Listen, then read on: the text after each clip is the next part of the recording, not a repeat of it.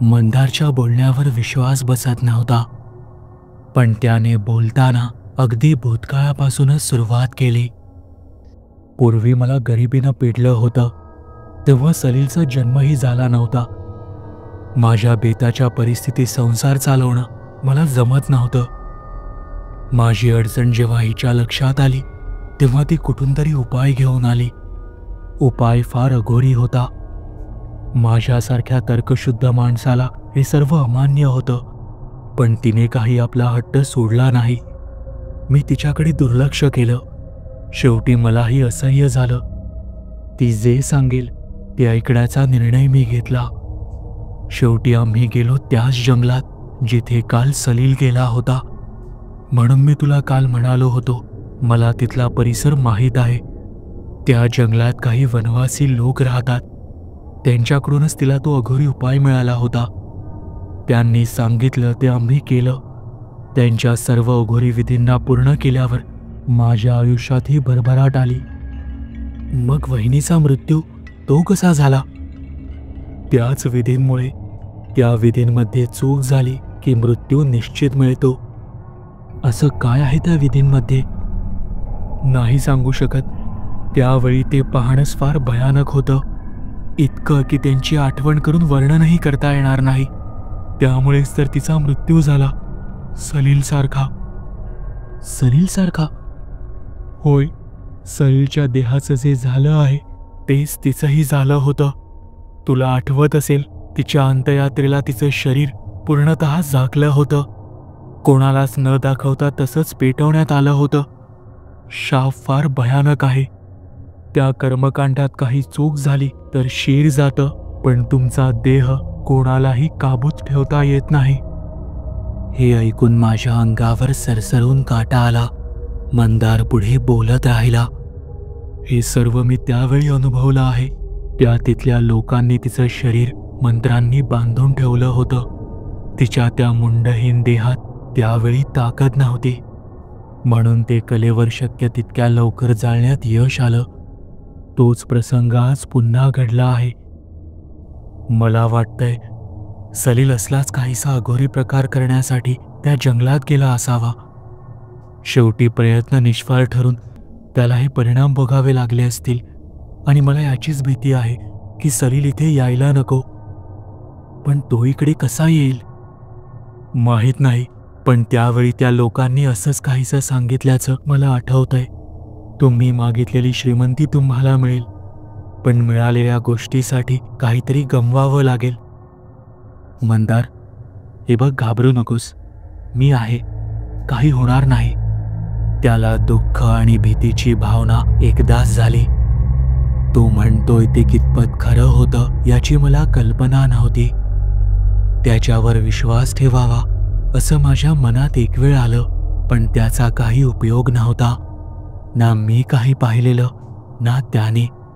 बाकी सलीलच्या जाण्याचं दुःख वाटण्यापेक्षा त्याला भीती वाटत होती हे नवल होतं. यावेळी त्याला धीर देणं इतकंच मला शक्य होतं. रात्र झाली, जेवायची इच्छा नव्हती, पण कसे बसे 2 घास पोटात ढकलून आम्ही झोपलो.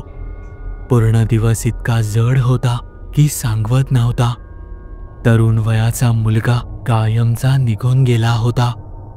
न मिळालेल्या गोष्टीचं दुःख हे कमवून गमावलेल्या गोष्टीहून कमीच असतं. मंदारने सांगितलेली गोष्ट मी एकदा खरी जरी मानली तरी त्याने ऐश्वर्य भोगण्यासाठी आपला संसार गमावला. त्याने त्याचा मुलगा याच कारणाने गमावला हे मात्र याला धरून नव्हतं. कदाचित सलीलला एक वेळ मंदारसारखी किंवा वहिनीसारखी लालसा झाली असावी, पण हे सर्व करायची त्याला काय गरज होती? हे सर्व त्याचंच तर होतं. प्रश्न काही माझं डोकं सोडायला तयार नव्हते. हे विचार भोंग्यासारखे डोक्यात फिरतच होते. रात्र दाट होत आली होती, तरी मला झोप मात्र येत नव्हती. रात्रीचे 2 वाजले होते. मला सिगारेटचं व्यसन होतं, म्हणून सिगारेट पीत माझ्या खोलीत मी येरझाऱ्या घालत होतो. काही वेळाने तीही संपली. 2-3 झाल्या. नंतर मलाच न पेटवण्याची इच्छा झाली. शांत झोपण्याचा प्रयत्न करावा, तर मॉर्चरीमध्ये पाहिलेलं सलीलचं डोकं डोळ्यांपुढे येत होतं. आणि जागं राहिलं तर मगासारखे भलते सलते विचार मनात येत होते. दुःख पाठ सोडायला तयार नव्हतं आणि मन शांतता स्वीकारत नव्हतं. अखेर मी पलंगावर तसंच बसून राहण्याचा निर्णय घेतला. वेळाने शरीर टेकून आपोआप झोप येईल या आशेने मी तसाच बसून राहिलो. अल्पसा वेळ गेला. अगदी 2:30 वाजले असतील. खालून कसला तरी आवाज येत होता. कोणीतरी धडपडत होतं. माझ्या डोळ्यांवर अंशतः झोप आली होती, पण कसला आवाज होत आहे हे पाहण्यासाठी मी पलंग सोडला. खोलीच्या बाहेर आलो. आवाज स्पष्ट होत गेला. मंदारचाच आवाज होता. तो मलाच बोलवत होता. मी झपाझप पावलं टाकत पायऱ्यांपर्यंत आलो. समोर पाहतो तोच माझ्या पायांखालची जमीनच सरकली. मला विश्वासच बसत नव्हता. मी काय पाहत आहे हेच मला कळत नव्हतं. मंदारच्या हाका तेवढ्या मला बाणावर आणत होत्या.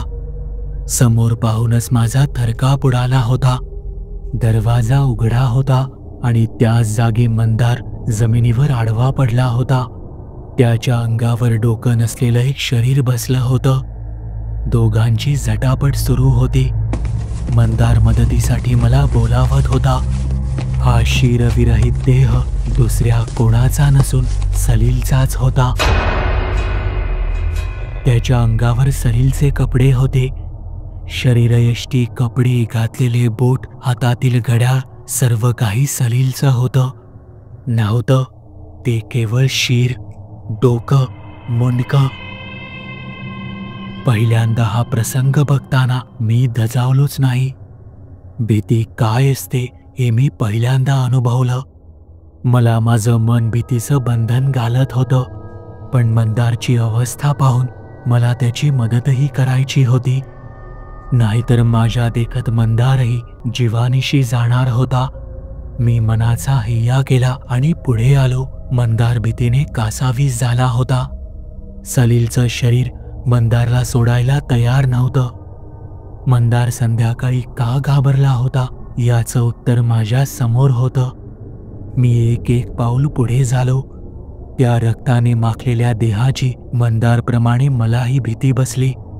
पण मी जर वेळ गमावला तर मंदार माझ्या पुढे मारला जाईल. शेवटी माझी ही भीती खरी ठरली. मला मंदारजवळ जायला उशीर झाला होता. सलीलच्या शरीराने मंदारच्या देहाची विटंबना केलीच. दोन्ही हातांनी मंदारचं डोकं त्याच्या कानांच्या बाजूने पकडलं आणि आपल्या सर्व शक्तीने खेचून त्याचं डोकं धडावून वेगळं केलं. सर्व घरात रक्ताचे मोठमोठे कारंजे उडाले. घर रक्ताने रंगून गेलं. एक जाडसर लाल रंगाचा लोट मंदारच्या शरीराभोवती पसरू लागला. त्या मुंडहीन देहाने मंदारचं डोकं आपल्या दोन्ही हातात एखादा ऐवज पकडावा त्या पद्धतीनं ठेवलं. सलीलचा तो भयानक देह मंदारच्या मृतदेहावरून उठला. दरवाजा उघडाच होता. न माहीत कसे पण मंदारचं डोकं घेऊन सलीलचं ते शीर नसलेलं शरीर घरातून पळून गेलं. आणि हा सर्व प्रकार मी केवळ डोळ्यांनी पाहत राहिलो. मंदारचं रक्ताने माखलेलं शरीर तसंच पडून राहिलं. मी घडलेल्या एक एक सेकंदाचा हिशेब लावू लागलो. स्वप्नवत वाटावं असं काहीतरी मी प्रत्यक्षात घडताना पाहिलं होतं. मला उशीर झाला होता. कदाचित मी मंदारला वाचवू शकलो असतो. मला केवळ त्या सलीलच्या देहाचा प्रतिकार करायचा होता. मंदार आणि मी दोघे मिळून हे करू शकलो असतो, पण मलाच उशीर झाला होता. रडावं की काय करावं मला काही सुचत नव्हतं. मी शांतपणे मंदारच्या शरीराच्या बाजूला बसलो. आपल्या चुकीचा परिणाम मला समोर दिसत होता. पश्चाताप झाला होता. माझे डोळे नकळत पाणावले. मी एकाच दिवसात 2 नाती गमावली होती. दोन्ही मृतदेह माझ्या समोर होते. मी तसाच अशांत अस्थिर मनाने रडत बसलो. घरात दुसरं कोणीही नव्हतं, त्यामुळे पुढे काय करावं याचा प्रश्न पडला. कोणाला मदतीला बोलवावं तर अशा गोष्टींवर कोणाचा विश्वासही बसणार नाही असा प्रसंग घडला होता. मी असाच हतबल होऊन बसलो होतो. तोच मंदारचं शरीर हलू लागलं. मी सावध झालो. त्याच्या शरीरात शक्ती येऊ लागली. मला भीतीने दरदरून घाम फुटला. मंदारवर नुकताच ओढावलेला प्रसंग माझ्यावर पुन्हा येतो की काय अशी मला शंका आली. मंदारचं शरीर उठून बसलं. मी लगेच मागे सरकलो. त्या शरीराने माझा अंदाज घेतला आणि माझ्यावर एक झेप घेतली. मला पळायचा अवकाशही मिळाला नाही. त्याने मला धरलं. मी सुटण्याचा प्रयत्न केला, पण त्या असीमी शक्तीपुढे माझी मानवी शक्ती कमी पडू लागली. जो प्रसंग सलीलवर मग मंदारवर आला तोच माझ्यावर येणार याची मला खात्री झाली. जीव कोणाला प्रिय नसतो, यासाठीच मी स्वतःचा बचाव करू लागलो. पण मला मंदारच्या शरीराने धरून ठेवलं. मी धडपडू लागलो, हातपाय मारू लागलो, परंतु माझे सर्व प्रयत्न पोकळ होते. माझी हालचाल मंदारच्या शरीराला प्रतिकार करते अशी जाणीव होताच त्याने आपला जोर अधिक वाढवला. आमचे दोन्ही देह जमिनीवर आडवे झाले होते. मी शक्य तितकी चपळता वापरत होतो, पण सर्व काही अर्थशून्य होतं. त्या मृतदेहाने माझ्यावर पूर्णपणे जम बसवला होता. आता तर त्याने आपल्या दोन्ही पायांना माझ्या खांद्यावर टाकलं होतं आणि मांड्यांच्या मध्ये माझं डोकं धरून ठेवलं होतं. मला काळ पुढे दिसत होता. सलीलच्या देहाप्रमाणे मंदारचा देहही माझं डोकं धडापासून तोडणार आणि या घरातून पळ काढणार. त्याने माझं डोकं ओढायला सुरुवात केली. मी आजूबाजूला काही मिळतं का ते नजरेने शोधू लागलो. जवळच एक शोपीस होतं. मी त्याच्या जवळ जाण्याचा प्रयत्न केला. मंदारच्या पूर्ण शरीराचं ओझं माझ्या अंगावर होतं. तरीही कसाबसा मी त्याजवळ पोहोचलो. स्वतःची मान वाचवण्यासाठी मी ते शोपीस हातात घेऊन जोरात भिरकावलं. मंदारचा देह माझ्यावरून बाजूला झाला. मी क्षणाचाही वेळ घालवला नाही आणि लगेच उठून घराबाहेर पडलो. पण त्या मंदारच्या अमानवीय झालेल्या शरीरानेही क्षणात माझा पाठलाग करायला सुरुवात केली. ही पळापळ बंगल्याच्या अंगणात सुरू होती. पळत असताना मी पुन्हा घरात जाऊन दार बंद करण्याचा विचार केला. तो मुंडहीन देह माझा पाठलाग करतच होता. मी बंगल्यात पाऊल टाकलं तेव्हा त्याच ठिकाणी सांडलेल्या रक्ताच्या थारोळ्यात माझा पाय सरकला आणि मी घसरून पडलो. माझं पूर्ण शरीर रक्ताने माखलं. यात दार बंद करायचं राहूनच गेलं. त्या देहापासून सुटका करण्याचा माझा बेत तिथेच कोलमडून पडला. ते शरीर माझ्या मागावर लागलं होतं. मी काही विचार न करता समोर दिसेल तिथे पळू लागलो. मी लगोलग पायऱ्या चढल्या आणि बंगल्याच्या टेरेसवर गेलो. माझ्या मागे मंदार पाठलाग करतच होता. म्हटलं की इथलं दार बंद केलं तर किमान सकाळपर्यंत तरी सुरक्षित राहू, म्हणून मी टेरेस पूर्ण बंद केलं. टेरेसवर येण्यासाठी एकच वाट होती, ती त्या पायऱ्यांची. मी तीच बंद केली. त्यामुळे थोडासा सुटकेचा निश्वास सोडला. पण शरीर मागे लागलं होतं. ते मार्ग काढत तिथपर्यंत पोहोचलं. त्याने दारावर दणके दिले, पण मी दाराला खेटून उभा होतो. त्यातून दार बंद असल्याने काही झालं नाही. दारावर 2-4 दणके पडले आणि त्यानंतर शांतता झाली. मी शांत झालो. हृदय जोरजोरात धडधडत होतं, इतकं की त्याचा आवाज मला कानांनी स्पष्ट ऐकू येत होता. दाराला टेकूनच मी थोडा दम खाल्ला. कपाळी आलेला घाम झटकला आणि तसाच तिथे उभा राहिलो. पण हा खेळ इतक्यात थांबला नव्हता. मंदारचं ते शरीर आता बंगल्याच्या खिडक्यांच्या ग्रिल्स पकडून वर चढून आलं होतं. मी त्या देहाला चढताना पाहून माझी भीती आणखीनच वाढली. मी टॅरेसचं दार उघडलं आणि पुन्हा आलेल्या वाटेने परत मागे वळलो. या देहाच्या हातात माझं डोकं मला द्यायचं नव्हतं. मला ही पकडापकडी रात्रभर खेळायची नव्हती. याचा कायमचा अंत करायला हवा. कुठला ना कुठला मार्ग शोधून हे शरीर मागे लागून येणारच होतं. याला नष्ट करणं हाच एक पर्याय होता. मी घरात इतरत्र कुठेही न जाता अडगळीच्या खोलीत गेलो. तिथे रॉकेलचे 2 मोठे कॅन ठेवलेले. कुठल्याही क्षणी तो देह खोलीत आला असता. वेळ घालवणं मला परवडलं नसतं. मी अडगळीच्या खोलीच्या बाहेरच ते दोन्ही कॅन ओतून दिले. याच वेळी तो देह खोली बाहेर आला. त्या इंधनावर पाय पडताच तो देह सरकून खाली आडवा झाला.